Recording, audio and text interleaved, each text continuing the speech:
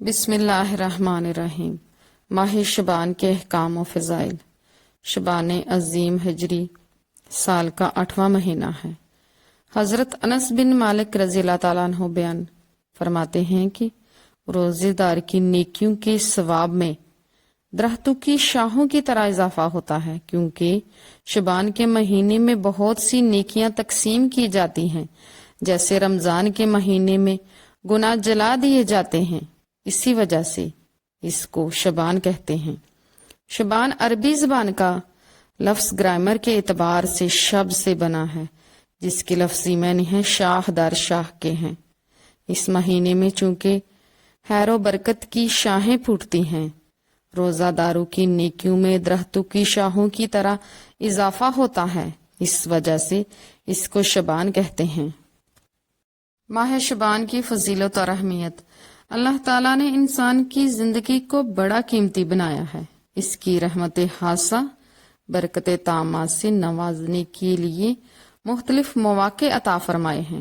پہلی امتوں کی عمریں لمبی، جسمانی قوت مضبوط ہوتی تھی، اس کے مقابلے میں امت محمدیہ کی عمریں کم، صحت کے اعتبار سے بھی کمزور ہے، اس لیے اللہ تعالیٰ نے اپنے محبوب کے طفیل آپ صلی اللہ علیہ وسلم کی امت کو ہاتھ سے نعمات اعزازات سے نوازا ہے۔ محنت تھوڑی سی، بدلہ لامحدود۔ رسول اللہ صلی اللہ علیہ وسلم نے ارشاد فرمایا، شبان کے چاند کا شمار رکھو رمضان کے لیے۔ حدیث ترمذی۔ یعنی جب ماہ شبان کی تاریخ صحیح ہوگی تو رمضان میں کوئی غلطی نہیں ہوگی۔ چنانچہ رسول اللہ صلی اللہ علیہ وسلم شبان کا اتنا خیال رکھتے تھے کہ کسی اور ماہ کے چاند کا اتنا خیال نہ رکھتے تھے۔ ابو داؤد۔ ان روایتوں سے قول و فعل سے اس ماہ کے چاند کے اہتمام کا ثابت ہے۔ حضرت عائشہ صدیقہ رضی اللہ تعالیٰ عنہ سے روایت ہے کہ میں نے ایک رات رسول اللہ صلی اللہ علیہ وسلم کو نہ پایا تو پھر ناگہاں وہ بقی میں پائے گئے۔ تب آپ صلی اللہ علیہ وسلم نے فرمایا، اے عائشہ، کیا تمہیں اس بات کا ڈر تھا کہ اللہ کا رسول تم پر ظلم کریں گے؟ میں نے کہا، اے اللہ کے رسول صلی اللہ علیہ وسلم، میں نے خیال کیا کہ شاید آپ ازواج مطہرات میں سے کسی کے پاس تشریف لے گئے ہیں۔ اس وقت رسول اللہ صلی اللہ علیہ وسلم نے ارشاد فرمایا، بے شک اللہ تعالیٰ شبان کی 15ویں شب کو آسمانی دنیا پر نازل فرماتے ہیں۔ اس دن اگر کسی کے گناہ قبیلہ کلب کی بکریوں کے بالوں کے برابر بھی ہوں تو وہ بھی اللہ تعالیٰ معاف فرمائے گا۔ مورخین نے لکھا ہے کہ قبیلہ کلب کی بکریوں کی تعداد 20,000 تھی۔ اللہ تعالیٰ کی رحمت بھی اس قدر ہی وسیع ہوتی ہے۔ اس دن شعبان سے زیادہ کسی مہینے میں روزے نہیں رکھتے تھے۔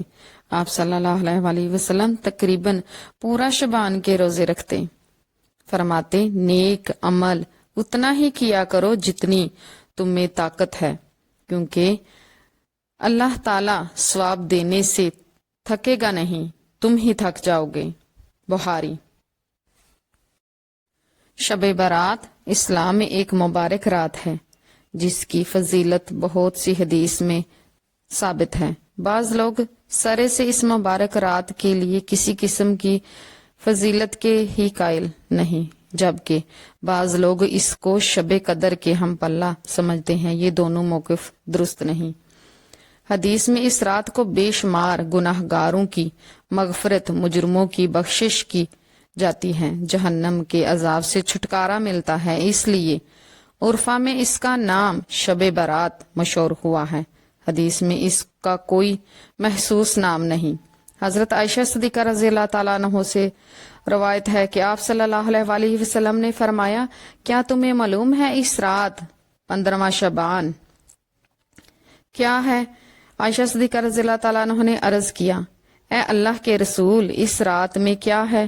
آپ صلی اللہ علیہ وسلم نے ارشاد فرمایا، جس بچے نے پیدا ہونا ہوتا ہے اس رات میں لکھا جاتا ہے۔ اس رات میں جو بنی آدم ہلاک ہوتے ہیں وہ بھی لکھے جاتے ہیں، اور اس رات میں ان کے اعمال اٹھائے جاتے ہیں۔ اسی رات میں ان کے رزق نازل ہوتے ہیں۔ پھر عائشہ صدیقہ رضی اللہ تعالیٰ عنہ نے کہا، اے اللہ کے رسول صلی اللہ علیہ وسلم، کوئی بھی ایسا نہیں جو اللہ تعالیٰ کی رحمت کے بغیر جنت میں داخل ہوگا۔ پھر آپ صلی اللہ علیہ وسلم نے فرمایا، کوئی بھی ایسا نہیں جو اللہ کی رحمت کے بغیر جنت میں داخل ہوگا۔ آپ صلی اللہ علیہ وسلم نے یہ کلمات 3 دفعہ ارشاد فرمائے تو میں نے کہا، آپ بھی اللہ کی رحمت کے بغیر جنت میں داخل نہیں ہو سکیں گے۔ پھر آپ صلی اللہ علیہ وسلم نے اپنا ہاتھ مبارک سر پر رکھ کر فرمایا، میں بھی نہیں جا سکوں گا مگر اس صورت میں اللہ تعالیٰ مجھے اپنی رحمت سے ڈانپ لے۔ آپ صلی اللہ علیہ وسلم نے یہ کلمات 3 دفعہ دہرائے۔ عبادت اور دعا کرنا اس رات میں۔ اس رات میں نوافل کی کوئی حد نہیں۔ 15 شعبان فضیلت والی رات ہے۔ قبرستان جا کر دعائیں مغفرت کرنا۔ آپ صلی اللہ علیہ وسلم 15 شعبان کو رات کو خلاف معمول قبرستان ایک بار ضرور تشریف لے جاتے۔ ہر سال آپ صلی اللہ علیہ وسلم کا معمول نہ تھا، اس وجہ سے اس کو ہر سال لازم نہ سمجھا جائے۔ علماء نے لکھا ہے کہ صرف مرد حضرات کبھی کبھار جا سکتے ہیں۔ 15 شعبان کے روزے کی بھی بہت زیادہ اہمیت ہے۔